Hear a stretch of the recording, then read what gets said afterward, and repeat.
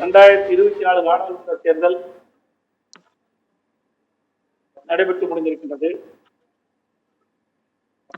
இந்த தேர்தல் குறித்து ஊடகத்திலும் பத்திரிகையிலும் விவாத மேடைகளிலும் எதிர்கட்சியை சேர்ந்தவர்களும் பல்வேறு விமர்சனங்களை வெளிப்படுத்திக் கொண்டிருக்கின்றார்கள். அதற்கு பதில் தெரிகின்ற விதமாக உங்களை நான் நேரத்தில் தேர்தல் பிரச்சாரத்தை பொறுத்த வரைக்கும் பாரதிய ஜனதா கட்சி தேர்தல் பிரச்சாரம் தமிழகத்துல கிட்டத்தட்ட 8 முறை பாரத பிரதமர் அவர்கள் வந்து சென்றதாக கிடைக்கப்பட்ட தகவல். அதோடு 8 இடங்களுக்கு மேலாக அவருடைய வேட்பாளர் கூட்டணி வேட்பாளர்களை ஆதரித்து பிரச்சாரம் செய்திருக்கிறார். சென்னை மற்றும் கோவையில ரோட் ஷோ நடத்திருக்கிறார். அவருடைய பாரத பிரதமருடைய தேர்தல் சுற்றுப்பயணம் தேர்தல் பிரச்சாரம் தமிழகத்தில் நடைபெற்றிருந்தது. அதே போல பாரதிய ஜனதா கட்சியுடைய முக்கிய தலைவர்கள், பாரதிய ஜனதா கட்சியுடைய தேசிய தலைவர் நட்டா அவர்கள் பல முறை தமிழகத்திற்கு வந்து சுற்றுப்பயணம் செய்து அவருடைய வேட்பாளர் கூட்டணி வேட்பாளர் ஆதரித்து பிரச்சாரம் செய்திருக்கிறார். மரியாதைக்குரிய அமித்ஷா அவர்கள், மரியாதைக்குரிய ராஜ்நாத் சிங் அவர்கள், அதே போல மத்திய அமைச்சர்கள் திருமதி நிர்மலா சீதாராமன் மற்றும் பல மத்திய அமைச்சர்கள் தமிழகத்திற்கு வந்து நாடாளுமன்ற தேர்தலின் போது அவருடைய கட்சியுடைய வேட்பாளர்களையும் கூட்டணி கட்சி வேட்பாளர்களையும் ஆதரித்து பிரச்சாரம் செய்தார். அதே போல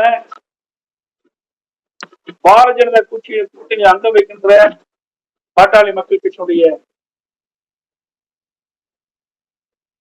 அங்கம் வைத்த பாட்டாளி மக்கள் கட்சி, பாரதிய ஜனதா கட்சியில் அங்கம் வைத்த பாட்டாளி மக்கள் கட்சி பெரியவர் திரு ராமதாஸ் அவர்களும் திரு அன்புமணி ராமதாஸ் எம்பி அவர்களும் அவருடைய கட்சி வேட்பாளரும் கூட்டணி வேட்பாளரும் ஆதரித்தார். அதே போல அவர் கூட்டணியில் அங்க வைத்த பல்வேறு கட்சியை சேர்ந்த தலைவர்களும் அவருக்கு பிரச்சாரம் செய்தார். திராவிட முன்னேற்ற கழகத்தை பொறுத்த வரைக்கும் திரு ஸ்டாலின் அவர்கள் அவருடைய வேட்பாளரை ஆதரித்து அவருடைய கூட்டணி கட்சி வேட்பாளர் ஆதரித்து பிரச்சாரம் செய்தார். திரு உதயநிதி அவர்களும் அவருடைய வேட்பாளர்களையும் கூட்டணி வேட்பாளர்கள் ஆதரித்து தமிழ்நாடு முழுவதும் கிட்டத்தட்ட 90% சட்டமன்ற தொகுதிக்கு உட்பட்ட பகுதியில் சென்று வாக்காளர்கள் சந்தித்து வாக்குகளை சேகரித்தார்.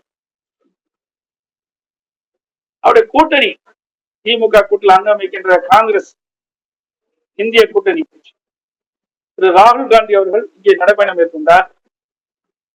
ராகுல் காந்தி அவர்கள் பொதுக்கூட்டத்திலே அவருடைய வேட்பாளர் ஆதரித்து கூட்டணி வேட்பாளர் ஆதரித்து இங்கே தேர்தல் பிரச்சாரத்தை மேற்கொண்டார். அதே போல திராவிட முன்னேற்ற கழகத்தில் அங்கம் வைக்கின்ற கூட்டணி கட்சிகள் விடுதலை சிறுத்தைகளுடைய கட்சியுடைய தலைவர் திரு திருமாவளவன் அவர்கள் அவருடைய கட்சி வேட்பாளருக்கும் அவருடைய கூட்டணி கட்சி வேட்பாளருக்கும் தேர்தல் நேரத்திலே பிரச்சாரத்தை மேற்கொண்டார்கள். அதுவரை கம்யூனிஸ்ட் கட்சி சேர்ந்த திரு முத்தரசன் அவர்கள், திரு பாலகிருஷ்ணன் அவர்கள் இவர்களும் அவருடைய வேட்பாளருக்கு கூட்டணி கட்சி வேட்பாளருக்கு ஆதரவு திரட்டினார்கள். அதே போல கொங்கு நாடு மக்கள் கட்சி தலைவர் வைகோ போன்ற கட்சி தலைவர்களும் அவருடைய கட்சிக்கும் கூட்டணி கட்சி வேட்பாளருக்கும் ஆதரவு திரட்டினார்கள். சிறுபான்மையினர் ஓட்டுகளை பெறுவதற்கு IMUM இந்திய யூனியன் முஸ்லிம் IUML அந்த கட்சியினுடைய தலைவர்கள் நிர்வாகிகள் எல்லாம் தமிழகம் முழுவதும் பயணம் செய்து சிறுபான்மையினர்களை கவர்கின்ற விதத்திலே கூட்டணி கட்சிக்கும் அவருடைய வேட்பாளருக்கும் ஆதரவு திரட்டினார்கள். மத்தியிலும் இவர்கள் ஆட்சியில் இருந்தவர்கள் இங்கே வந்து பிரச்சாரம் செய்தார்கள். மாநிலத்தில் இருக்கின்ற ஆட்சியும் செய்தார்கள். அதோடு திராவிட முன்னேற்ற கழகத்தில் இருக்கின்ற அமைச்சர்கள் பாராளுமன்ற தொகுதி வாரியாக பிரித்து அங்கேயே முகாமிட்டு ஆட்சி அதிகாரம் பணபலத்தை வைத்து இந்த தேர்தல் பிரச்சாரத்திலே மேற்கொண்டார்கள்.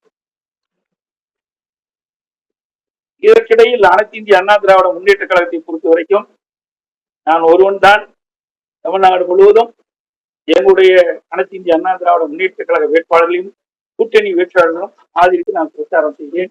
எங்க கூட்டணியில தேமுதிக தன்னுடைய பொதுச் செயலாளர் மரியாதைக்குரிய திருமதி பிரேமலதா விஜயகாந்த் அவர்கள்தான் பிரச்சாரத்தை மேற்கொண்டார்கள். இன்னும் சில தலைவர்கள், சில அமைப்புகளாம் எங்கள் கூட்டணியில் இடம்பெற்றிருந்தது. அவர்கள் அந்தந்த தொகுதியிலே தான் அதிகமான கவனம் செலுத்த வேண்டிய சூழ்நிலை